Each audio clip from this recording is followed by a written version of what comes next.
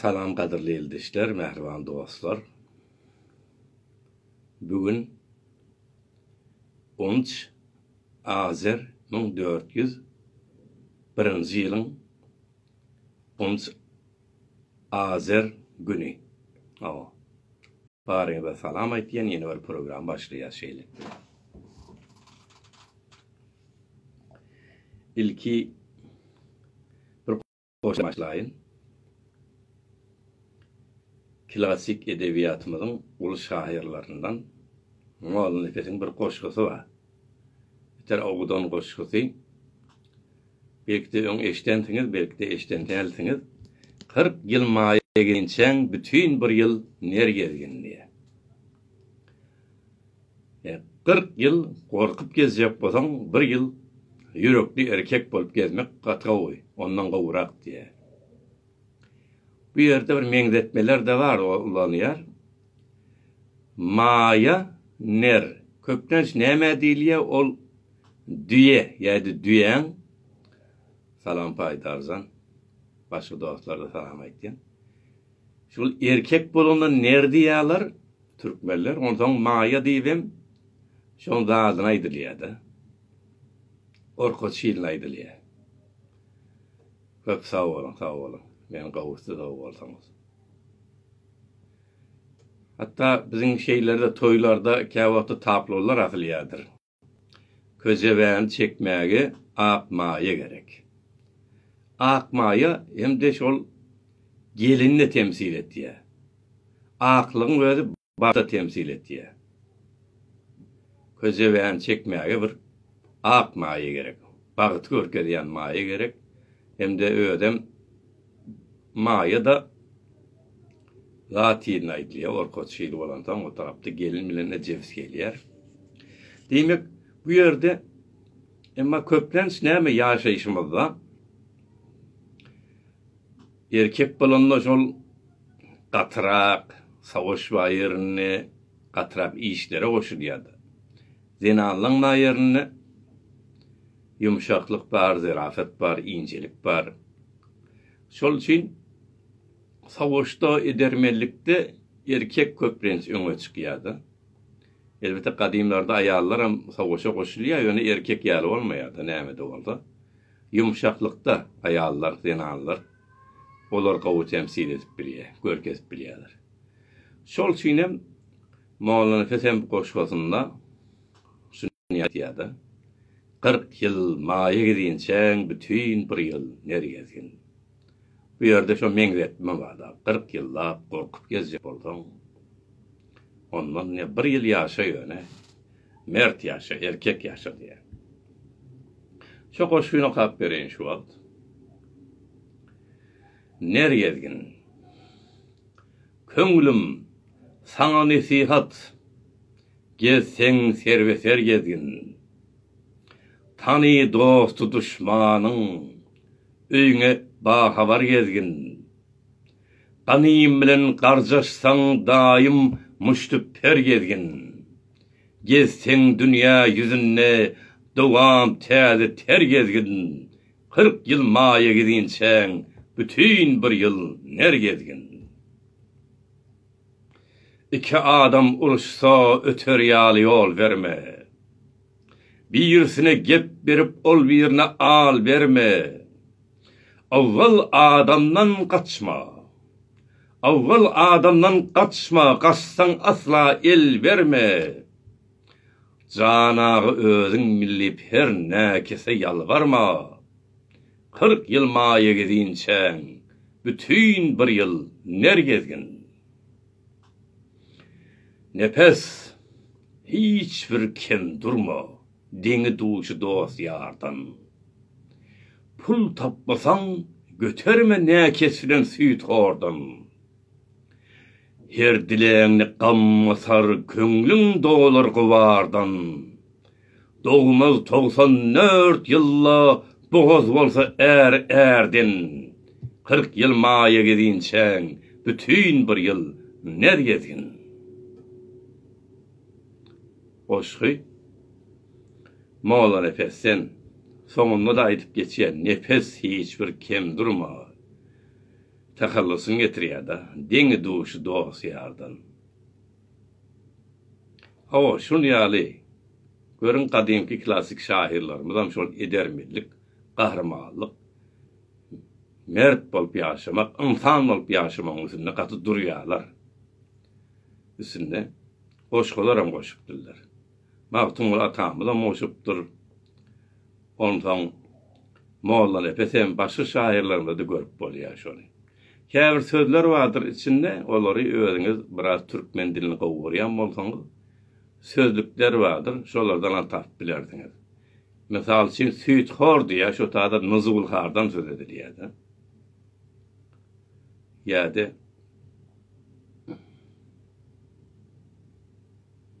qarjaşmak, dağlaşmak. Onu goşguda men bir okap onu çykarjak bolsam aňsat däl, garaz şu goşgu bilen başlaýyn diýdim. Dinleýänsiňizdir. Molla Nefes şahirimizden, o goşgulardan biriydi. Indi bu hafta köplenç nämeňsinde durjak bolýar, şol köplenç ilimiň arasyndaky käbir düşünjeler, garaýşlar, käbir dostlar maňa ýazýar, ondan pikirlerini aýtýarlar, käler gaýgylaryny ortağa atýarlar. Geçen hafta gürleşdik, dostlaryň biri şunu aýtýardy, türkmen sehramyzda ki ahullarımız ya dini adamlar şundan korkuyorlar diye. Eğer de bir vakti şu ıngılap bolaysa, ondan birden bularam yıkılsa, gevullerine bir nizam gelecek, hemme zat meselen kıyızlar, oğlallar yoldan çıkacak yali, fuzur olacak yali, fesat alacak yali zamanı. Şon yali, korkyan olmalılar özleri. Şollar vardı bir açıklama verecek bolýan. Indi ol köplenç bizim adımız nek adamlar däl, biraz din adamlarımız şonu ýaly korkudýarlar. Ya biraz sofra adamlarımız vardır, şolar korkudýarlar. Indi birinciden bir mesele açıklayacak bolsak, eger şol mesela yıkıldı diýerler şi, nizam yıkıldı diýelim. Bir günün içinde de inniki geljege de bagly. Millet alakany hemmesi birden fesady yıkılacak ýa-da bu men ona o dogry däl. Sebebi görüvermeliler, musulman ýurtlary görmeli. Musulman ýurtlarda hemmesinin hesap icbari däl. Aslında dünyada musulman ýurtlarda icbari hesap yok. Dine zatda var, biraz Cumhuriyet İslami'de var. 43 yıl beri, 43'em değil, 62. yıldan başladı. Häzir 39 yıl olupdur şu icbari hesaba. Bir de ikinci Talibanlı var, Taliban. Afganistanlı, olaram şular göreldip yeni başladılar da. Täze başladılar. Olaram häzir öýdüler de şol ýurdu dolandyryp da başarmaýarlar, oňar manýarlar, näme boljaklar da belli däl. Şu ikisinin daşyna dünýäde ýok. Arabistan diýilýärni, islamyň çykan ýeri da şol. Peýgamberimiziň doğan ýeri, ulalan ýeri, şonda da diňe iksanak dini, yani şäherler var, Mekke bilen Medine. Şonda ejbari. Olam şu dinin hormatyna. Galan şäherlerde ejbari ýok. Bir de Endonezya bilýäňiz, Endonezyny iň bir musulmanyň köp ýaşaýan ýurdu şu dünýäde. Şonda da diňe bir dini ossan var, Aceh diýilýär, Aceh ossan. Şonda ejbari. Başga ýerde ýok. Bular şidat bilen geldi, şimdi nizam bilen geldi. Şol näme hökümetiň başyna oturdular, ondan sonra näme bulardan kanun çykdy, şol halka şonu zorla etdirmeli düşünjeden geldi. Ondan o islamyň öz asıl adam ýatdan çykdy gitdi. Şu tora görmeliler, eger başga ýurtlarda musulman ýurtlar ejbar bolmany bilen birden hem fesat bilen özlerini unutýarmaz, fıs-fıs bolýarmaz, onu dogry etdiňiz. Görýärsiniz, gaýtam olar gowy ibadet diýerler ya. İslam'a da gowy bagly, dinine de gowy bagly, ahlaga da gowy bagly. Örtünjek örtünýär, islemeýänne başyny örtmeýär. Hiç kim onu zorlap başyny örtürmeýär. Şu Türkiýeň özünde bir wagtlarda şol başörtü bilen danışgalara ya iş yerine barmak gadaganly. Ne der? Bir wagtda edil şol islamy ýurtlaryň tersine taýda gadagan edilipdi. Indi şu wagtda AK Parti gelenden beri açyldy. Edil şu wagtda görýäs milleti şu ferhengi taýdan şeýle bir ösüşe gelipdirler. Bir başörtülü bir gıyırlan başörtüsü açık gıyır, rahat boydaş bolýarlar, gezýärler bile. Hiç bir meselesi yok, sen başında bağım yok mu? Atti bolupdyr adamlara. Yani ol hassasiyeti näçe döretsen, şonça adamlar hassas bolýar. Gözleri ogranşyp gitse, gitdiýär. Ol oňa hormat, ol oňa asyl o ýada düşen o kellede bağım yok mu diýenler.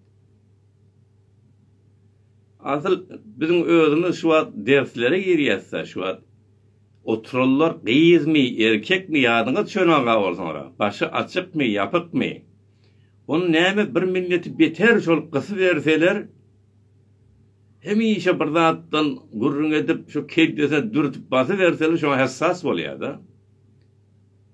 Oňun netijesi näme bolýar? Gaýtam ahyrynda da o netije gowda alınmaýar. Ona ters bir zat berýär, aksiýa, ters tepki berýärler. Şu wagt meselen zada ýerliýe İranlılar daşar çykýar da daşar ýurda turistler zatlar. Ondan soň hava peýmada minýärler dämi? Şu bir-birden zada gitýär, hava peýman des şuýysyna barýarlar. Des şuýy giren başga adam, çıkan başga adam bolup görünýär. Girenine çadırı var. Sadece İslamice manto zat var. Bir çıkya başka bir derana çıkya. Ayıp olsun. Çadır yok. Lojmu ne mosunu yüzüne vurupdur. Onun sonlara tanımasın mı? Onun şu hava peyma bilen Türklerin bolýar da içinde başka yurtta. Onlar ayıran ağına çıkarıyorlar. Bular nereden çıktı deyip. Hani zordan edilýän zadyň netijesi şey. Ol sen ýurduňy da awryda bolmaýar ol. Sonra gurrun etýär, İran diýip börelleri, musulman diýip börel şeydi. Şular diýe hava peýma bilen häzir berik yetmäke, Türkiýe yetmäke açyp zadyň vurup araýyşyn edip diýem, ondan desşüýün için etýär gülýärler da. Bulan niýe islam şunu ýalyp ýerinden gülýärler. Aleyküm salam dostum, hoş geldiňiz. Görün, zor bilen hiç wagtda ol İslam'ı da hiç bir zatda kabul etip oldurmaýar insanlara. Bu bir mesele. Netijesi näme bolýar? Ýankyýaly bolýar. Edil şu wagtyň özünde İran näki fesady siz başga ýurtlar bilen garşylaşdyryp, deňeşdirip görseňiz, İran näki gaýtam öňe çykýar. Indi bir tarapdan, o zatdan näme maşatda ýa mezhebi ýerlerde siýhana mi, näme mi, beýle mi, kär filmler paýlaşýarlar, adam görmeýär, otonýar da. An İslam adyna. Şol üçin biziňkiler hiç wagtda bu meseleden gorkmasylar, ýani sofrak adamlarmy, din adamlary. Bundan hiç wagtda gorkmasylar, şu üýt göse hemme zat açylyp gitjek ýaly, näme şaň zamanynda hemme halk näme saçyny açyp durdy. Birem saç diýen zatyň özem bir görünüp görmesizligi hem özü bir behsçe çekiljek bir mowzudan. Eger başga musulman ýurtlar şonu ejbari dälýän bolsa, olar musulman näme onlar? Olar näme üçin biziňkiler ejbari etmeýärler? Şuna bir oýlanyşyp görmeli. Biziňki ýalňyş bolaýmasyn diýmeler. Asyl Kur'an-ı Kerim'in özüne barsak o görüň başga bolup da açylýar. Yani bulan aýdyşy alam der, ýani o tarafyna men girmeýin. Ahym mollalara goýun o tarafyny. Ýöne bir zady. Biziň ahym mollany men şu bir zady unutmasylar. Indi şu wagt İran'da ýaş oglanlar ahulun sellelerini kakıp gitýärler da. Kän videolar da paylaşylýar. Selleleri yere düşürüp. Bularım şonu görüp gözleri korkýar, ertesi gün bizim başımıza gelämasyn diýip. Şol üçin defa etýärler. Ýöne şu meseleni unutmaly. Zahidan ýaly Kurdistan ýerde öz ahullary halkyny gorap duran bolsa, şolaň sözüni aýdyp duran ahullar bolansaň, halk o iş etmeýär, öz ahu mollaryna hormat goýýar. Demek o sellerini kakıp kaçırmak hem yerde yok. Hormatı kaçan yerlerde var. O bir etiraz şekil olup dur şu vakta. Yöne meselen Mevlevi Abdülhamid yal adam ne diye zahidanlı rehber olup öňe çykýar, sellesi değerine, kellesi değerine. Ona hormat da koyýarlar. O taýda ahullar har etmeýärler. Bizim ahullarymyzdan eger har bolmajak bolsalar, sellelerin kaktırmajak bolsalar, halkın yanına olmalı. Halkın yanına avray kazanmalı. Özlerini süýüşip durjak bolmalylar ýokardakilere. Halkın sözüni aýtsaň, halkın dili bolsaň, halkın gorap bilseň wagtynda sen hormatyň ulalýar. Sen hormatyň ulanandan soňra sen selleň ulalýar. İlki kelle ulalmaly, soňra söz selleň gelýär. Diňe selleňi ýapyşmak bilen bolmaýar bu işler. Şol üçin eger selleňi gorajak bolsaňyz, ilki kelleňi doldurmaly, düzeltmeli. Halkın hormatyny kazanmaly. Halkın sözüni aýtmaly. Halkın ýanyna dogrudan din adamy, dinin hakikatyny aýtýan, zalimden garşyda durýan, halkın yüreginden turýan adamlar bolmaly. Onsoň size hormat da goýarlar, iki eline gawuşurarlar siz görenne. Ýöne egerde diňe şol ýokardakylyň ýalakalygyny etseňiz, aýda bir zat şondan pul alýan bolsaňyz, şoňy gowunyp olar gorap dursaňyz, hakka aýtmaly wagtynda hiç gelmeseňiz meýdana, onda sizi näme gözlerine gaçarsyňyz, hormatyňyz bolmaz. Edil başga ýurtdaky ýaly size de şonu ýaly kelle de gider, selle de gider soňra bu barşy bilen. Şol üçin şu mesele gawy oýlanşmak gerek. Birinciden hicap diýen zadyň özü icbari diýen zat ýok, dinle ýok. Dinle ýok. Eger bolsa da İslami ýurtlar hemme icbari ederdi. Ýa-ni aýdyşymyz ýaly dünýäde diňe iki ýerde icbari şol döwletde. Biri Cumhur İslamy'da, birem zatda ýanky Awganistan'da. Başga ýurtlarda diňe şo dinirek ýerler bar, mesela Arabistan'da Mekke, Medine ýaly.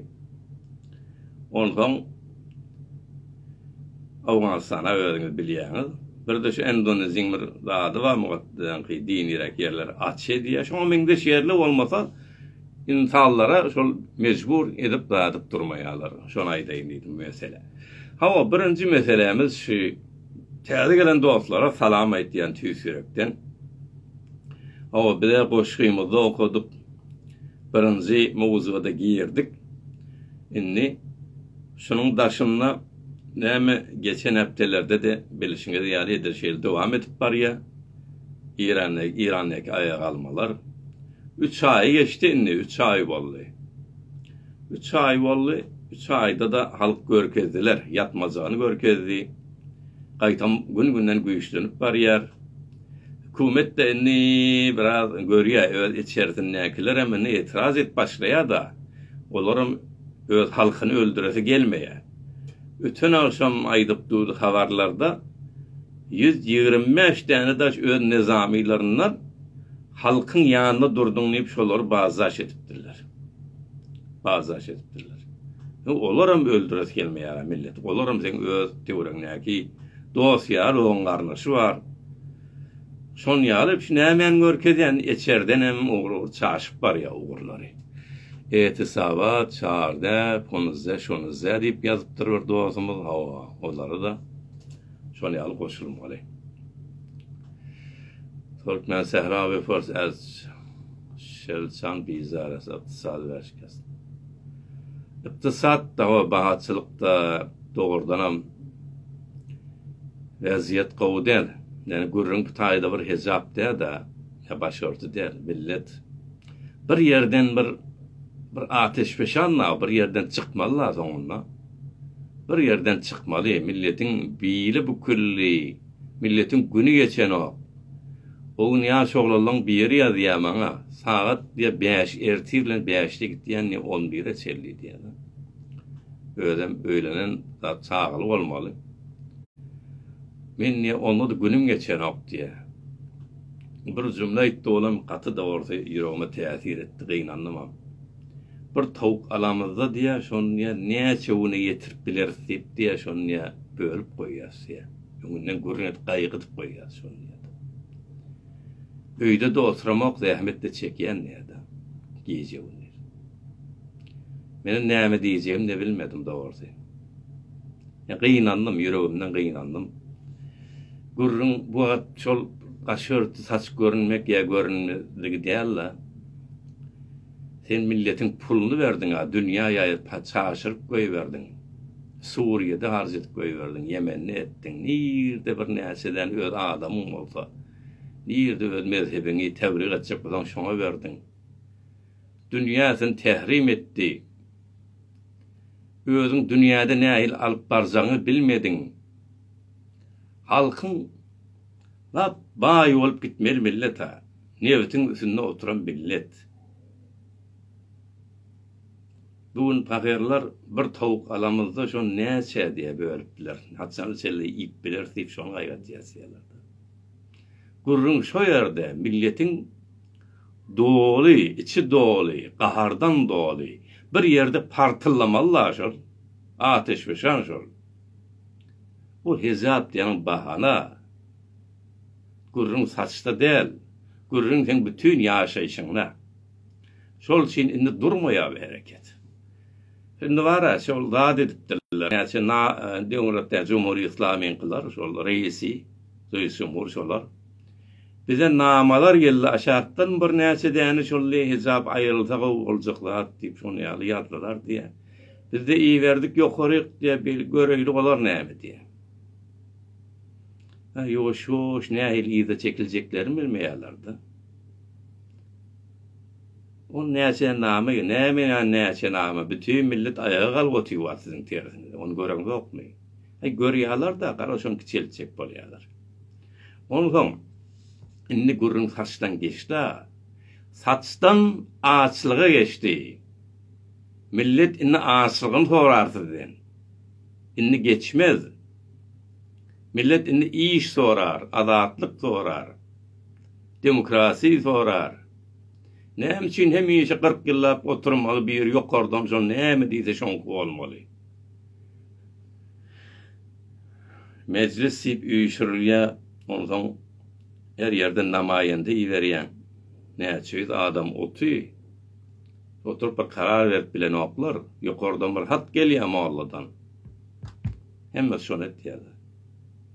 Millet bolmaýar bunu ýaly bir parlamentanyň güýji bolmasa, özür her zat öz yerinde durmaly şol.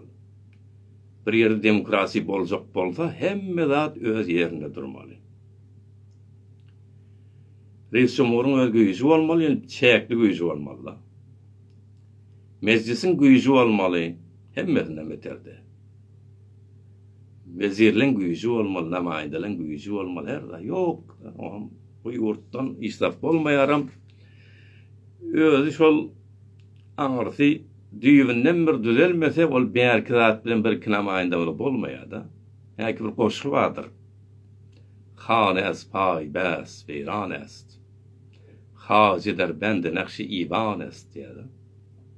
Düýünden düzelmeli. Ta sal-ı no miladi enqilab kebir ilan besemer miresi diýär inşallah. İnşallah. Hava duaflarda ýazýarlar. Aýdyp bolmaýar ol. Dertdiňe şu wagt saç diýerler. Şu wagt saçyňyz bolýar, açyberin, goýuberin diýecek da bular. Oň bilen bolmajany özleri de bilýänler da, şol üçin ýyda çekilesiler gelmeýär. Sebäbi bir çekilse muň ýyzy tükenmez. Yani bir taraftan da çäresi nämetjeklerini bilmeýän nurlar. Büyedek tupan güýçli turdy halk tarapyndan. Soňa hayırlı bolsun. Indi näme meňe aýtjak görüňlämi aýtdym. Yarım saat beri görüň berip gelýän. Goşgymy okap berdim. Bu meselelere girişdik. Hava inni ortalık kanmadı. Şol resmi berilen liste göre 450'den obrak adam ölüpdür. Olon kavum garnışı va, şemşehrisi va, olon yürekleri yanıp dur, olar bollay bolýan, saçy açyp bolýar dip kenara çekilmeýärler. Oğlanam ayı var, kırkı var, yılı var. Täzelep durýar, her gedekde üýşülýär. Ay garaşwa bolup duran ýagda hiç gowy däl. İranam bir tarapdan şol Birleşen Milletler Guramasynyň zady var. İnsan haklaryna bir komitesi var. Ol Zenallar Komitesi, Hatıllar Komitesi. Şondan çykarjak bolupdylar.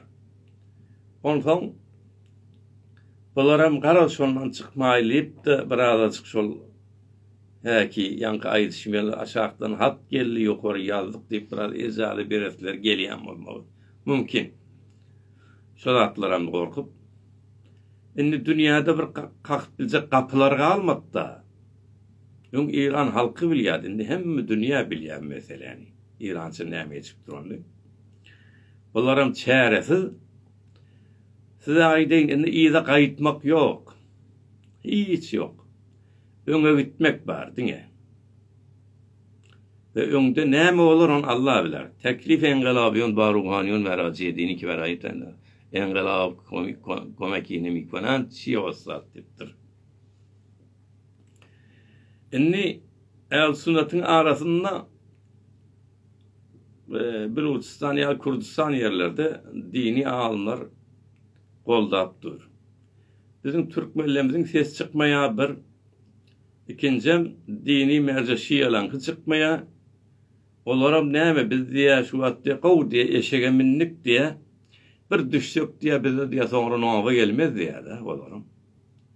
Teklif näme boljak? On bilip bolmaya. Eger bir qaw akıllı şekilde kenara çekilseler millete yol verselere onna millet de olary kän adyp durma diýip durma. Ýöne bir ıngılap bilen qawlap alsalar olary yurtdan kaçıp gitseler, giyizgenip saklasalar, ona millet tutsalar, ona işleri katıqyn. Gelecek ýagdaýlary bagly. Hormatdan düşýärler, gözden düşýärler, uluk düşmanlar bolup görünýärler. Bir ıngılap bolsa işleri kyn olan. Emma öderinden akla gelip de yol verip yoş çekilseler, onna millet olary belki biraz rehm eder. Häzir şu atdan sellelerine kakılıp durda. Ertesi gün selle derler, hem sellesine hem kellesine kakarlar, böyle gidişi bilen. Şoňa göre häzir görmeli la, her kimin cezasyny günäsine göre kesmeli. Häzir bir yol var. Eger şunu ýaly gidiverseler, halka zulm edip zalymyň ýanynda duruverseler, halkyň sesi bolmasalar, halk da soňuna olar cezasyny berer. Yok, yoşuş akıllanyp da halka doğru geliverseler, şoňa göre ceza kesiler. Oňa göre şu wagtdan hökmen olar öldürmeli, ýok etmeliyem görüňem ýok. Barıp ellerini öpmeliyem görüňem ýok. Häzir bir fırsat baş olara. Aýratynam biziň türkmen ahulymyzda siyasi de däl olar. Görüňen bidardyr. Gören bir peydalar da yok, bir ağlak tenek aýylajakdyr da atdyr olan güllerde geçen ok doğru. Garaz şol çin ýöne keyfin görüp bererler o ýok korkular da gomnäki oturallar hökümeti ýakyllar şolar hökümetin keyfini gördüler. Ay olara da millet rehm etmez.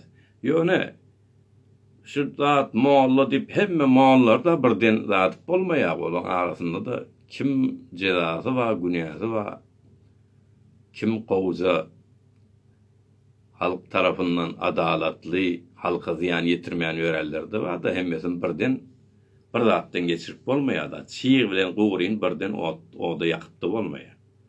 Şol üçin hemmesine şu atdan bir zat dip bolmaz.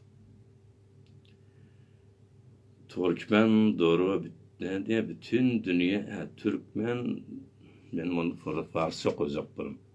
Duran bütün dünya çaşıp döwlet Türkmen ne boldy. Men Türkmenjän gawak bilmem. Türkmen sarabaya çıkar kanal koca şuru kanaldır. Soruyu son kesan ki merdum mazlumla mizaran tüfenk havşunu zemin nazaran idole şikast nemişedi. Havada ol tüfeklerini koymasalar yerde koyarlar, koymasalar hem yoş kaytan biderek tarafa çekiler, tüfeğin karşısında tüfeğin durar. Olgan yol cengi dahiliye gider. İnşallah o tarafa barmakın diyeyim. Türkmen Zehra nereden başlamalıdır şu vakitte? Hem işe dair geçiyor bu meseleni. Türkmen Zehra hazır qarap dur da näme bolar deyip. Adaktan yigitler bilen gidip dur.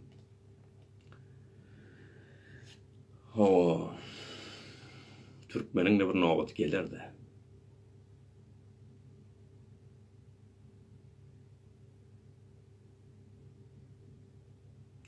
Eger galjak bolsaň hemme millet bile galmaly. Hatta başka yerlerde daşar çıkarlarına da bir adam çıkmaya. 10-15 bolup çıkýarlar. Bir wagtda da bir zat bolsa bir-birimiz goraýylýarlar da. Şol üçin Türkmen Zehra şu millet milyoni bolup orta çıkıverdi. Fars diýmeýän, Türkmen diýmeýän, Türk diýmeýän çıkıverdi. Ötüýär näkil bile çıksa oý. Adak tenek bolup da ýa görünjek ele düşüp bolan ol kän keyfi ýok. Şol üçin ya sil bolup ýöremeli ya da bir sabırlı bolmaly kandy.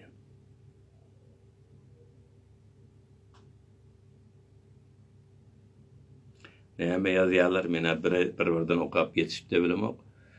Zemin batırlardan.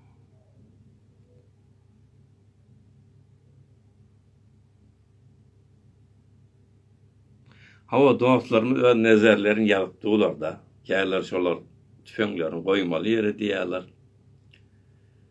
Korkunç ýagdaýdan söz etýänme, öňünde durmaly diýen bar. Doğru da. Ýöne şol milyony derece yetmeli şu harekette. Şol yetmeli. Besici bizi diye korkuya ölüme tehdit etýärler. Olar tehdit ederler. Olar näme ödler gitse onu boş kalacakda. Şunu niye biz diye yekeçi özümüz iyeyil ýa-da galmaň ýa. Galsaňyz urursa ýa-da. Biz aýtýas biz diye haýwan näliýärse başymyz diye isleýän wagtynda galdyrarsa biziň ne hakkymyz bar diýäs. Şonu ýal durýar seňlerinde. Bolýan dostlar näme nezerleriňiz ýazyp dursunuz mende peýdalanýan. Onda näme inni kapta we aýlana. Köp sag bolun taňry ýalkasyny dinleýäniňiz üçin. Hemne soraw jogaplar üçin. Men bunu paýlaşaryn görjekler, göreller. Hemmeňe taňry ýal gaýtýan. Sağlık dur şeyling. Ýöne bir atalar sözümüz var. Bulanmasa durlanmaz diýdi. Bulanmasa durlanmaz. Şol üçin bulanmakdan kän gorkmaly bolýar. Ýöne sabırly, akylly gitmeli, mantykly gitmeli. Her zat öz yerinde bolmaly. Öňüm aýdyşmy diýdi. Her zat öz yerinde bolmaly. Şolun üçin hemişe aýdyp gelişim ýaly türkmenler birden dökülün, kan dökün diýmeýär. Geçellerden tejribe almaly.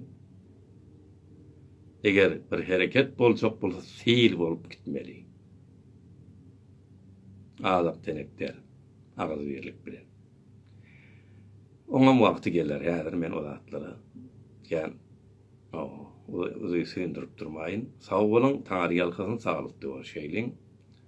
Awa sağ bol gatyrly dostum, sabry. İran azat ve abad İran arzusu bilen nipdir. Ýene bir dostumuz çok ýaşadypdyr, köp sağ bol. Hemmeňiz sağ bolsun aýtýanna häzir çykýarmyn. Indi kepde görüşýänçe.